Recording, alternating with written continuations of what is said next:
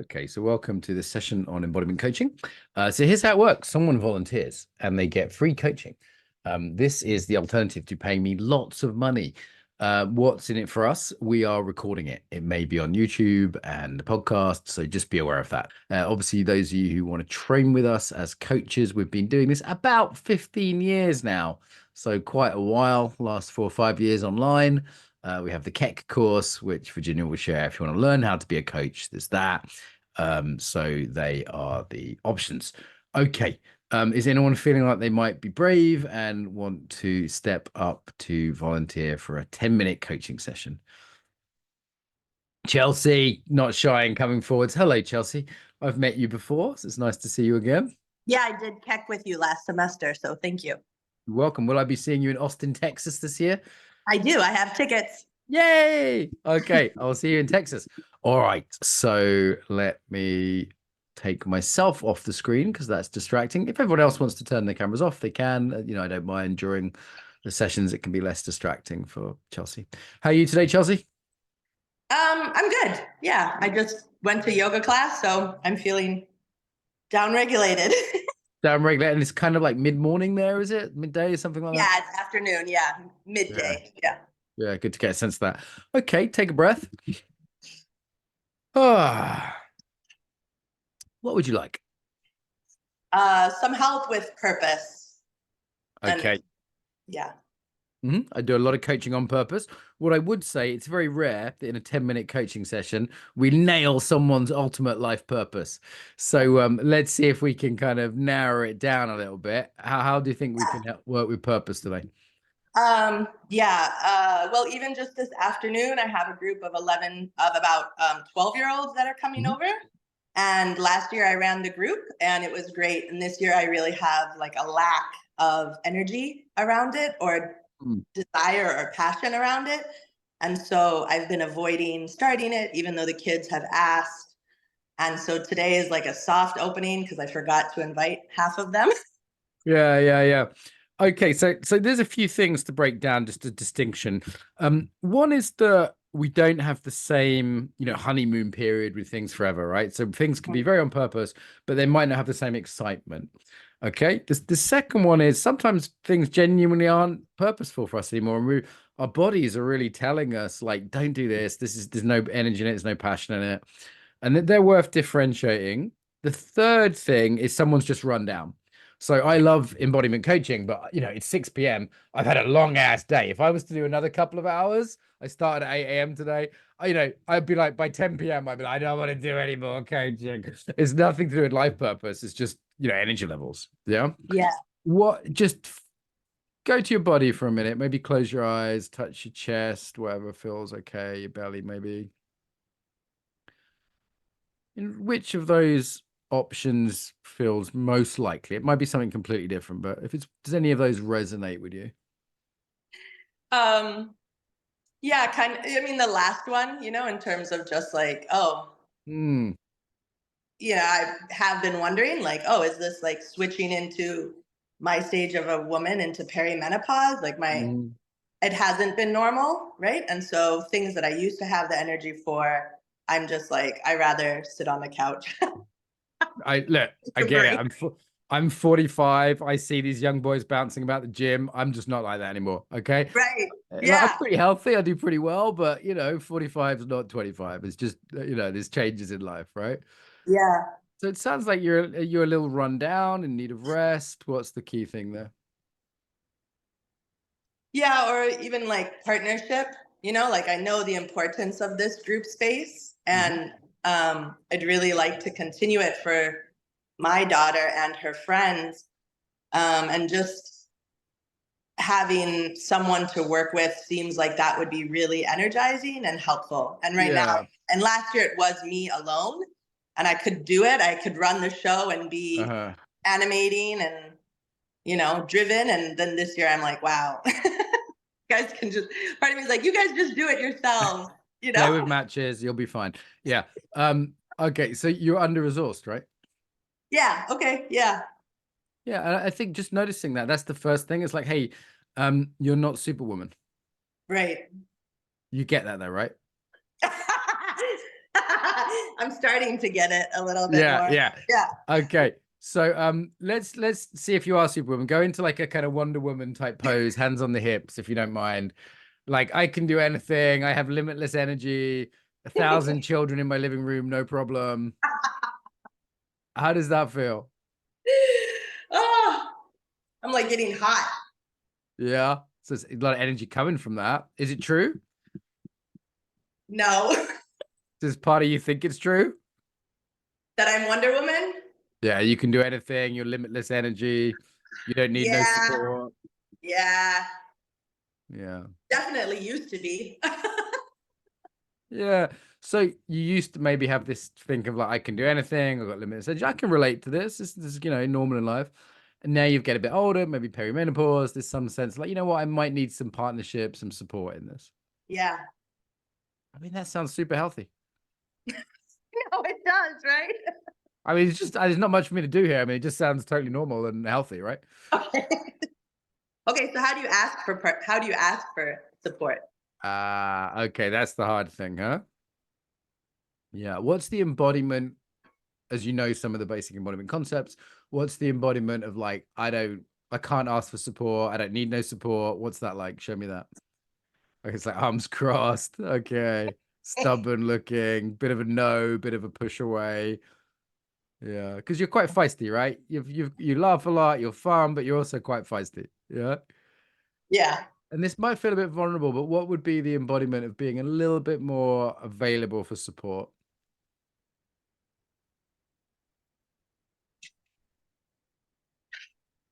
Open like this, Uh-huh. maybe? Bit more openness. Try not to make a joke now. I love jokes, but like I want you to actually feel what it's like to be a little bit more open, available for support, connection.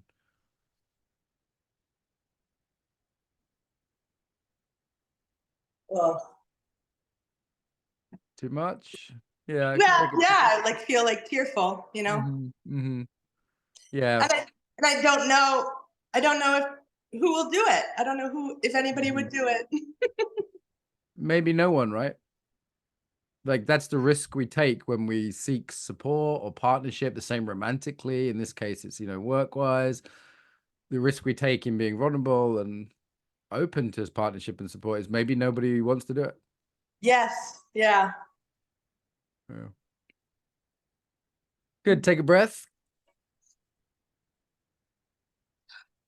What are you learning here? What's your insight so far?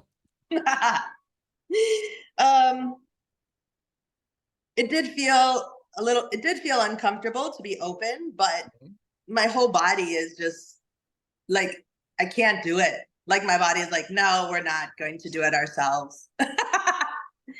And I've pushed off the start of it. Many parents have asked, and I was like, I don't have the energy. Oh, you're frozen. Oh, There you go. You're back. Yeah. okay, So yeah. the parents are asking, you don't have the energy because you're under resourced and you need support. So first of all, just really well done for noticing that. Like I have a lot, no, but really, like I've got a lot of clients who aren't as embodied as you, who really hit burnout before they go anywhere near that. So you've kind Mhm. of picked up on that subtle signal of lack of enthusiasm and, noticing that. Yeah, Yeah. And yeah. then what's like a little step you could do for maybe seeking support with this? Just a little experiment. I mean, one of the moms texted and she said, let me know how I can help. Okay. So people are literally volunteering to help. Okay, so I don't have to be a genius coach here, Chelsea, but maybe text her back. I mean, I just an idea, you know. Yeah, text him back. Oh, yeah, yeah. How does that feel when you imagine kind of like her helping you a little bit? I mean, in one way, it feels like, oh my God, that would be difficult to bring another person into the one man circus show of Chelsea. That I Which think I, which which isn't working, just to be clear. right, right, which isn't working anymore. So, um, I mean, it may help what I've been longing for, which seems to be some structure. You know, I would like there to be a little bit more structure because without Mm. that, nobody can really help. You know, it's hard for somebody else to plug into something that's not. Yeah, you might need to get your earthy embodiment out and find like a little bit of structure in it they can help with. Yeah. So you're sort of a rock and a hard place here, right? It's like, hey, I really need help, but hey, it's kind of hard for me to not be the only one doing it, the one woman man Chelsea show, right? So I mean, essentially there's a new behavioral pattern that you're playing with here, yeah? Yeah, yeah. Yeah. Is there a way you could do it just a little bit, like try something out in a small way? Yeah, absolutely. I mean, I can text that mom back and I could just ask, like, well, are you able to be here? Are you able to? I guess I could ask how could she help? What is she Mhm. interested in? Yeah, yeah, yeah, yeah. So there's one word in what you said I didn't like. It's just one word. Can you What? guess? Can you guess what the word was? It's like you said you could. You could. I mean, I could, have a gender surgery. I could, move to Peru and learn Spanish, right? But like, there's lots of things you could do. So, what are you willing to do? I'm not bullying you into this. Just with your own free will, what are Yeah. you willing to do? No, I am going to text this mom. I know her name, and I'm going to text her and just say, I need help this year. I need Great. help this year. Great, great. And then maybe set up a little thing, small thing, Yeah. try it out, check she's not crazy, etc. Yeah. Yeah, yeah. Right. Exactly. Yeah. Check you can handle it. Yeah. Good. Can you go do that now? Yeah. Yeah. So go on. Okay. Bye. Thanks, Chelsea. All right. Thanks. Thanks, Mark. Welcome. Nice to see you again. Okay, embodied coaching. She made it easy for me because she's trained with me. She did CAC, so she knows, a lot of this stuff. Maybe a few things to point out. Virginia, what did you notice me doing that time as a coach? I mean, it's very relaxed, easy coaching with someone I had good rapport with, right? A lot of connections, a lot of sort of humor. If people want to turn their cameras on, feel free. What did you notice me doing that time, Virginia? Or Jody, you've done a lot of work with me. Winnie, anything you want to observe?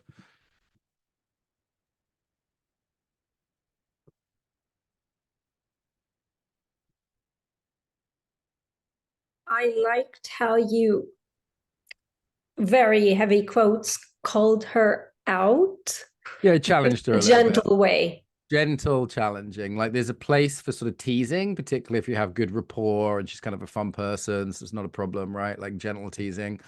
Like sometimes you see coaching and it's really serious.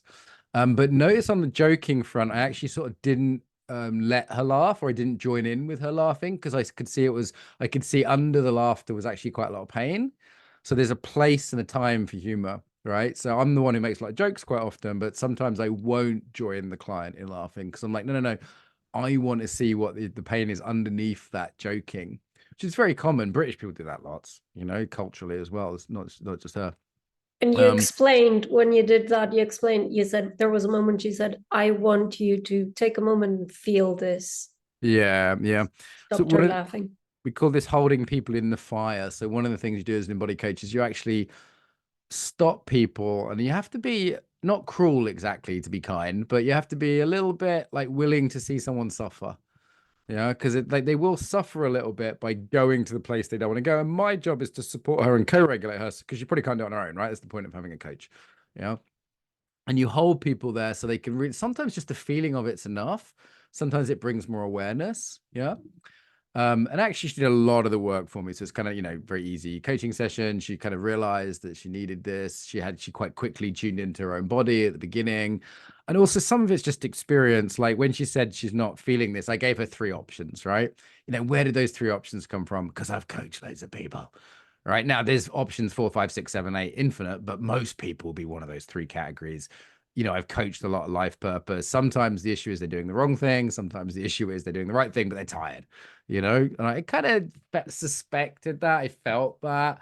But as a coach, you're got to be careful not to project. So I just gave you a few options, checked it out. And at the end, there's what we call the bullshit ladder. So people will often say, I could do this, or I need to do this. So we try and get them up the bullshit ladder gently again, in this case, teasing a little bit, to I will do this. And if there's just like one action that gets it going, I'm like, do that now. Right. Because they're already in a good state. They're being co-regulated. Now, if we had a second session, she came back and said she couldn't do it. Maybe she needs more hand holding. Maybe it's the wrong action. We can always review it. But now's a good time. Yeah, if it's just like a one action to get things going, it's like, let's get this moving. Let's see how it goes. Right. And then, of course, if I'm coaching her next week, she might come back and say, the person was a disaster. And I told you I have to do it on my own. And it reinforces the story. And we look at that. And, there could have been other places we would have gone with that. We could have gone to the elements in terms of, needing to be more earthy around it. We could have looked at some of the underlying beliefs. We could have gone to self-care pose. Yeah, so there's all sorts of other things we could have done. But yeah, nice, very relaxed little demo. So thank you. Good. Everyone have a little shake, little stretch. Give it a minute. I think this is rapid coaching. It's quite, as a coach, I'm like tuning into all these different people. It takes me sometimes by the end of the day. This is like 6 coaching clients today. I think I'm like, rah. Okay. Next volunteer.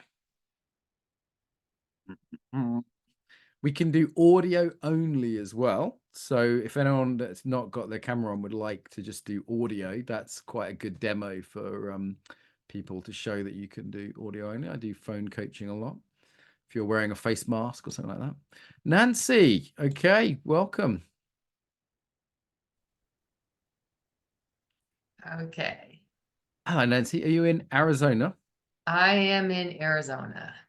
Okay. I have most of my 30 years past, I've been teaching adults, and I think I'm pretty good at that. I love teaching adults and get them all excited about what we're learning and practicing new things. And I like to do the embodiment thing in the class, like, okay, this is how you talk to your children, and this is, all that's good. But then now I have 8 grandchildren, and I try to motivate them and get them excited about, oh, come on, let's go on a hike and let's practice learning racquetball or paddle ball. And they're like, no, we don't want to do it. And so how can I motivate them and get them excited without being pushy or, come on, we're going outside. No, we just want to sit here. Yeah. Okay, well, first of all, congratulations on the successful breeding. 8 grandchildren. That's can we have a round of applause? Really, round of applause for Nancy. She has successfully looked after her own children long enough that and you still are very young as well. So if you don't mind me saying, so well done on the grandchildren. First of all, I always think of grandchildren as one of my mentors said that grandchildren are one of the few underrated things in life. Well, and the other piece of this is I am 67 years old. And I feel like I'm running out of time to be active with my grandchildren. Maybe I've got 10 really good years for hiking 5 miles or whatever. And they don't want, well, maybe next year, I'm like, come on, let's do this. So yeah. Okay, so let's take a breath. One more. I'm not a grandparent, so I'm not going to give you any direct advice, but I think I can still help you as a coach. So it sounds like there's some pressure of mortality, let's say, behind this. Yeah. And well done for recognizing that, because a lot of people, it's really driving their life and they're not even realizing, people start having midlife crises and doing, different things. Yeah. Yeah. Do you want to speak about that a little bit more? I guess my biggest purpose in life now is to just keep active. I don't want to slow down. I mean, I hurt an ankle and it took me 6 weeks, 2 months to recover. And I'm like, okay, my life's over. Once I can't hike 5 miles, forget it. I'm done. And so I'm really aware of that. Every day I spend probably 2 hours in exercise. So you're a very active person. You want to stay active. I mean, that sounds sensible. And I'm also hearing just in the embodiment of it, like there's a real fear there, right? It's understandable. I think anyone would blame you for that. But how might that be impacting this relationship with the grandchildren? That, fear of like, I don't want to be immobile. I'm getting older.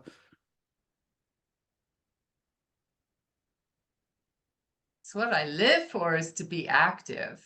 Mm-hmm.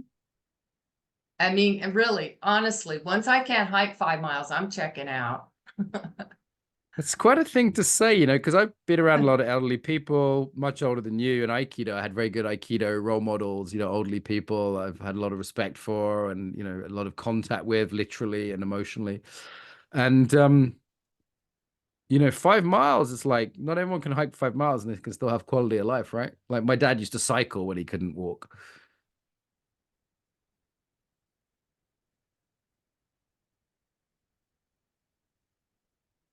So the reason I'm slowing this down is that you want to be active with your grandkids. Understandable, totally healthy, fair thing. They're very lucky to have a grandparent like that, I think. Um, and I'm also hearing that for you, it's an existential issue. Like, hey, if I can't stay active, I'm gonna die. Like this is it. So I'm feeling that. What does that create in that relationship, would you say? You mean pressure with my grandchildren to, Well, if it's an existential issue for you to keep active, then there's a certain tone to that, right? Could be wrong here. Just a thought.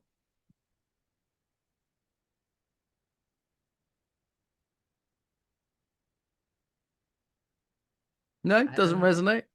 That's I okay. don't, maybe I'm not sure what you mean.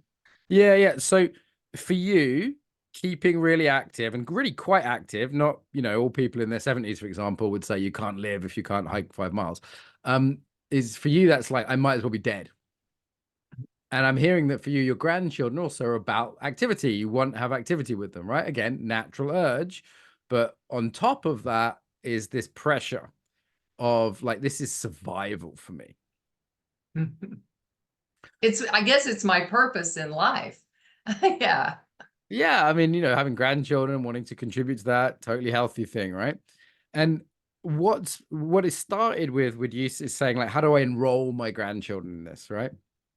Motivate, excite. I mean, I try to physically, come on, you guys, I'll show you how to do it. Oh, Nana, just give it a break. Relax, watch TV with us. I'm like, oh, no. Yeah, and there's something there in acceptance, right? Like people don't always do what we want. Yeah. And what I'm hearing is maybe a problem. Sometimes it's like, hey, I say to my girlfriend, let's do this. And she's just like, no, she doesn't want it. She's not in the mood. It's not her thing. Some things are not a thing. And I just got to accept that. Yeah. And if for you, this is a matter of like life and death, is it going to be like a fun, inviting invitation? Good point. Do you hear what I'm Yeah. saying now? Yeah. Yeah. And I live for hiking and going way out in the wilderness. And they would rather walk on a city street. Right. It's maybe not their cup of tea, but they might be really excited by walking around an interesting city, for example. Like I love walking around an interesting city. I love that. Yeah. So what's the thing to come to acceptance here? So basically in life, right, there's stuff you can change and stuff you can't, right? And you're going to be Yeah, really and I've unhappy tried if to you, find out what each child, each of the 8, what do they like? what do they Yeah. like? Okay. What can we share together? Yeah. Yeah. So what can we share as an experience that's supportive and connecting and fun and really cool grandmotherly things to be doing that might not be your favorite thing? Right. Because if your favorite thing is like, I have to do this or I'm gonna die, did you see how that's not that inviting? Do you know what I mean? Well, I do jump on the trampoline with them. Uh-huh. Uh-huh. Okay, so That's their trampoline's one. That's the that's their exercise. favorite. That's their favorite exercise, is it? Yeah. And I did teach my 11-year-old granddaughter to do a headstand on the Okay. trampoline. So I'd like to teach them things, Yeah. Yeah, that's very natural, isn't it? That we want to teach younger people things. I work with my friends' kids at the moment because I've got no kids. So I've always taken them to the gym and mentoring them. And it's just a very natural urge to want to teach people things, right? Yeah. Mm. So what can you teach them that's active, that's maybe fun for them? Sounds like there's already some examples here. Yeah, and I did kind of teach them pickleball, and once we get started, then they love it. But when I Yeah. first when I first suggested, no, I don't feel like it. How old are they? Well, these two that I'm really working with are 11 and 13. Yeah, so they're teens or preteens. So I mean, that age, they're just like no to everything. That's their embodiment, Yeah. And that's right? the frustration because Yeah. I'm like, okay, I'm looking forward to spending time with them, but I show up and I've got all these ideas. Well, what do you do? Oh, we got 3 different things we could do. No, I don't like any of those things. Uh-huh. Uh-huh. Yeah. So what do you think may be more effective than showing up and, telling them these are the 3 options? That's what I'm asking you. Yeah. So point 1 is just that if this urge to be active is driven by existential dread, that won't be an enrolling energy. Yeah, that's point 1. Okay, Point 2 is change that my energy. yeah, your embodiment around it. Like, point 2 is just acceptance. You know what? You can't make teenagers do what they don't want to do. Like teenagers, and now people start being teenagers at like 12 years old.